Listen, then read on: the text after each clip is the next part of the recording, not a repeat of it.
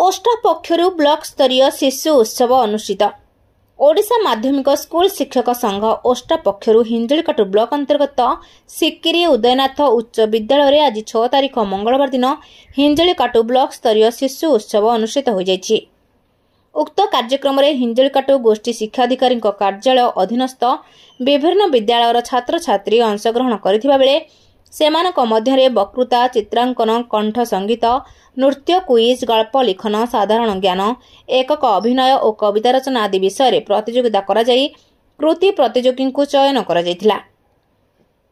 हिंजलिकाटु block ओष्टा सभापति तथा विद्यालयर प्रधान शिक्षक सीमांचल महाराणा पौरोहित्य अनुष्ठित एही शिशु उत्सव में मुख्य अतिथि भावे संतोष जेना, गंजाम जिला ओष्टा सभापति, मुख्य वक्ता भावे विजय कुमार बेहेरा, जिला संपादक ओष्टा, सम्मानित अतिथि भावे हिमशेखर पट्टनायक, जिला ओष्टार परामर्शदाता अशोक कुमार होता, भिकारी गौड़, जिला ओष्टा उपसभापति गंगाधर डाकुआ, राज्य कार्यकारिणी सदस्य गणेश महांती, प्राक्तन संपादक, विद्यालय प्रतिष्ठाता सुरेंद्र प्रधान, आलुमिनी सभापति श्रीकांत पाल, निमेई चरण गौड़, विजय कुमार पाल, विद्यालयर पूर्वतन प्रधान शिक्षक, राज्य कार्यकर्ता यज्ञ पाढ़ी और सिक्किरी ग्राम पंचायत सरपंच सुरेश बरड़ा प्रमुख जोगदे छात्र छात्री को मार्गदर्शन करने सह कृति प्रतियोगी को पुरस्कार प्रदान करथिले।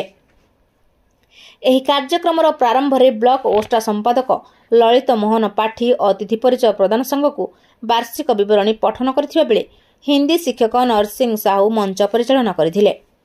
परिशेष में शिक्षक बलराम बेहेरा धन्यवाद अर्पण करथिले। हिंजलिकाटुरु जिला प्रतिनिधि कृष्णचंद्र सामतराय रिपोर्ट रूपथालिया न्यूज।